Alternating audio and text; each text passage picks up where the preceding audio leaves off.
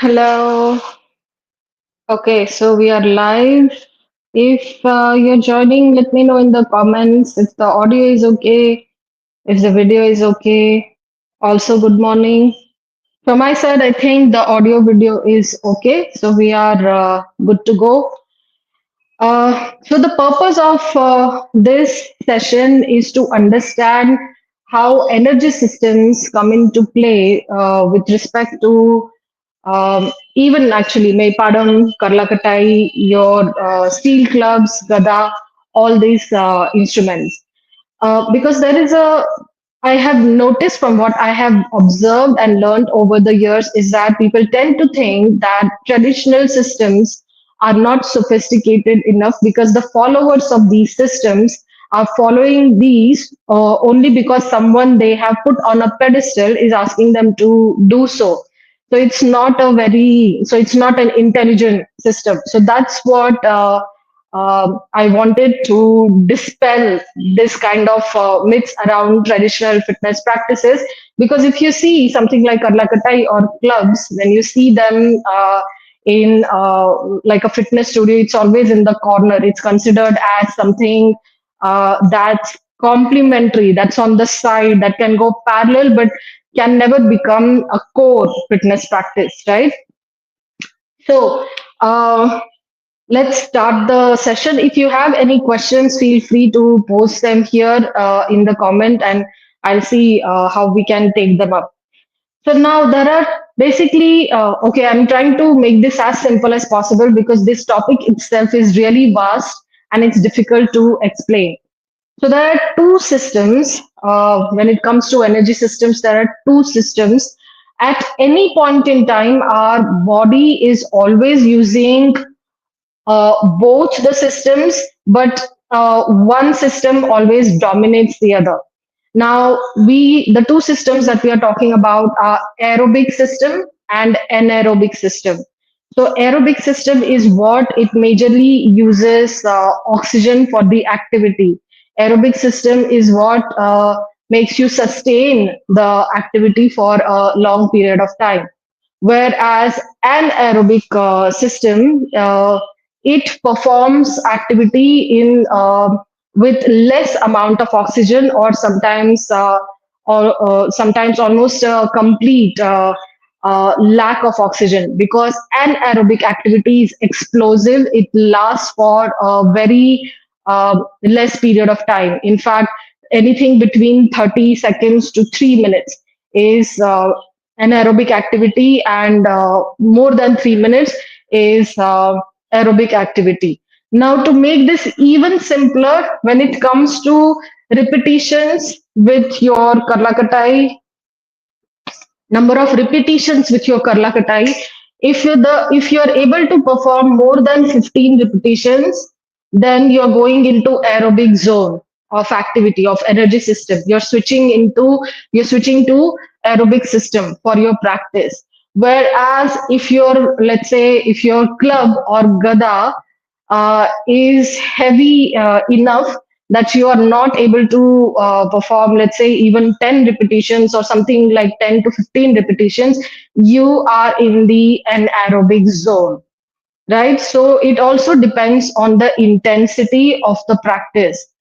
Now, there is this reductionist view in modern fitness. So, how I got into this, in fact, a few years back, I was quite tired of listening to people that, there is no scientific basis to it. And, that's what this system is not sophisticated enough. And that's when I got into learning about modern fitness.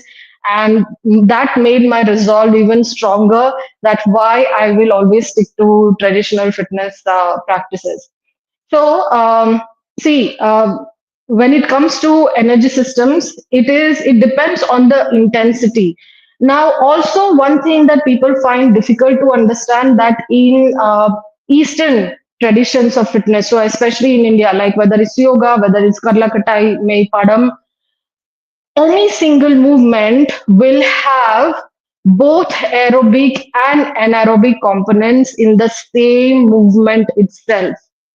And it is this part is what is difficult to understand, and that's why people give up on understanding this, and they stick to what is very simple to understand, which is gym fitness. There is nothing wrong with that, but I'm trying to explain how Karlakatai practice is not without the foundation of science, right?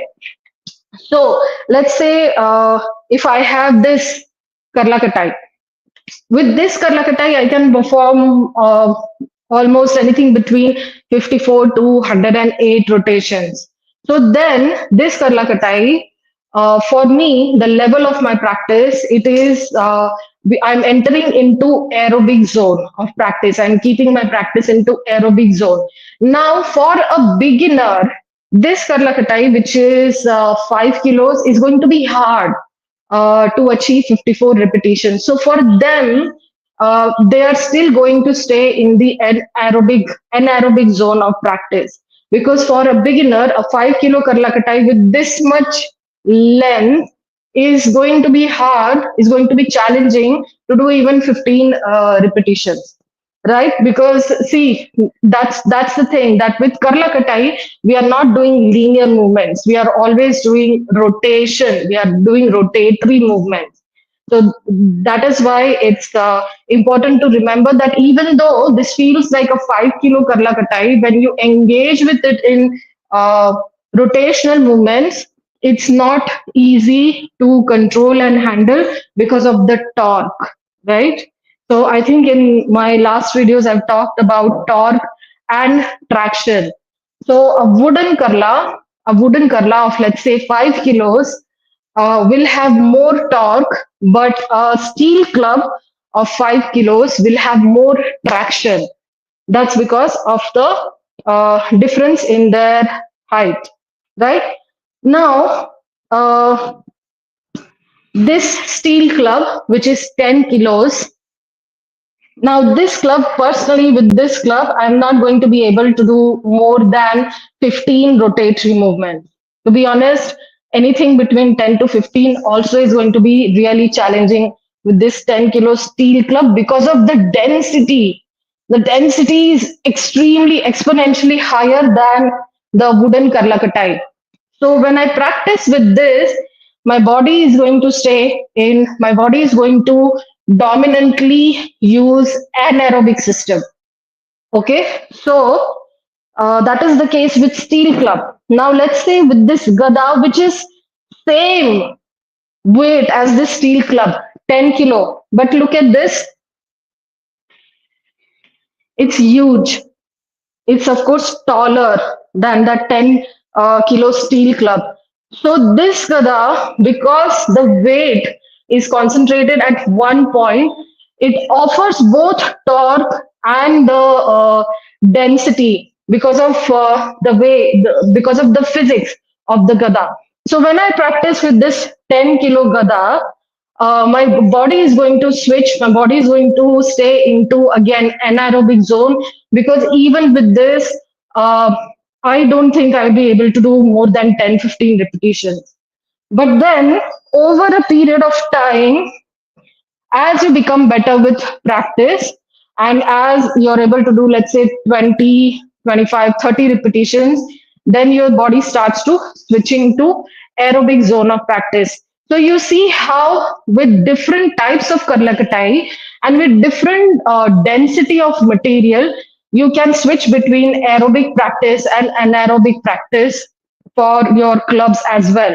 So basically a normal karlakatai, which you can do repetitions for more than let's say 20 repetitions, this will keep your body in aerobic zone, whereas a material which is dense like steel club will keep you into anaerobic zone.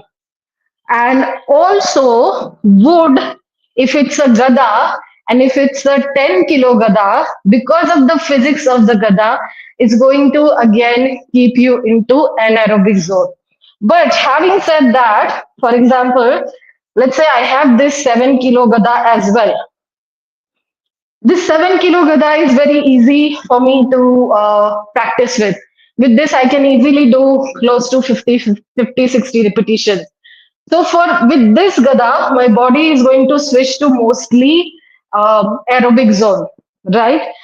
So this is what I wanted to bring into notice that clubs, Gada, this system also uses energy systems very efficiently and in a very sophisticated way. Now, depending on where you are with your fitness and where you are with your practice, it's better if you want to learn that you get coached from someone who understand these cycles and these switching up of energy systems between the equipments, between different equipments. For example, my simple Kai Karla, the basic Kai Karla, which is what beginners start with, this will always keep me into aerobic zone.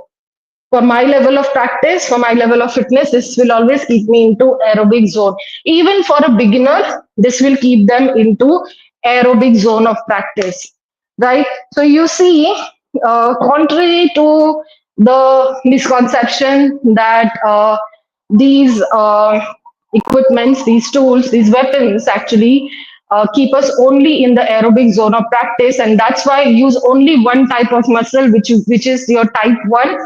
uh, on the contrary to that, just now we saw that how different density of material and different physics of the tool itself will help you to use all types of muscles, type 1, type 2A, and type 2B, right? So, whereas if you see now, this proper padikarla that I have,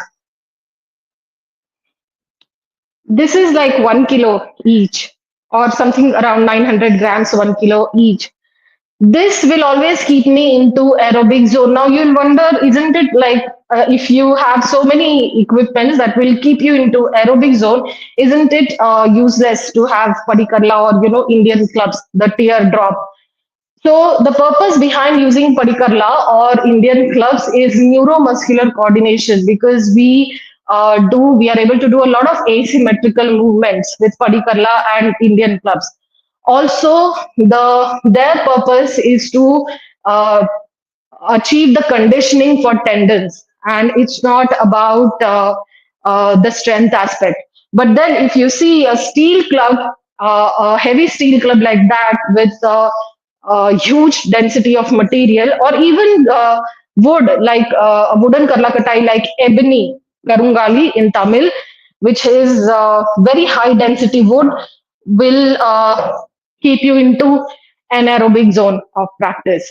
So depending on the density of the material, depending on the build of the equipment, so that it decides what energy system you are switching to. Let's say I have a 10 kilo Karlakatai, a 10 kilo Karlakatai, this one. Now this is a 10 kilo Karla, and this is a 10, I have a 10 kilo Gada, and I have a 10 kilo Karlakatai. But with 10 kilo Karlakatai, because of its physics, because of how it's designed, I can do more number of repetitions. So I will be switching to aerobic zone of practice with my Karlakatai, which is 10 kgs. But with the Gada, because of how it's made, the weight is concentrated at one end. There is a lot of core strength that it takes to swing Gada. Even though it's same weight as the Karla, and that's why it's going to keep me into an aerobic zone of practice. So actually, this topic goes in more detail, and I think in maybe next few sessions, I could come up with some more detailed information on how to, design your session to have all the elements in your practice to be so that your practice can use all three types of muscles: type 1, type 2A, and type 2B, right? So but also to learn properly, it's better that you learn from a coach who understands this. And just before logging off, because I think this is enough knowledge, enough gyan for this session, I wanted to keep it short because the topic itself, it could get really heavy with information. So the level one will always be May Padam practice. May Padam practice is what rewires your brain to be able to handle your clubs and gada efficiently in a skillful manner. That's level one always. Second level will be your Karlakattai. And then third level of practice is your steel clubs and the gada. So, those of you who want to learn properly, level 1 course of Maipadam is starting this month, 27 July. Level 2 and 3, which is Karlakatai, and then 3 is Steel Clubs and Gada, starting next month from 23rd August.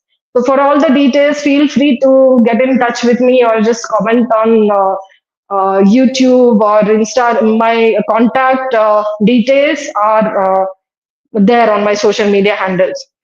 So I hope you found something useful in this topic. You understood something about this system of traditional fitness and how that it's not unsophisticated or it lacks science as its foundation.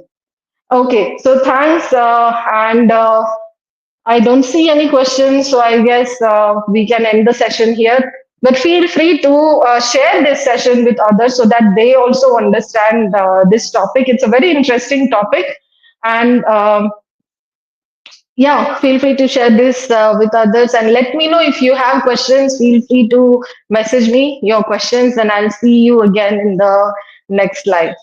So thanks, and have a nice weekend.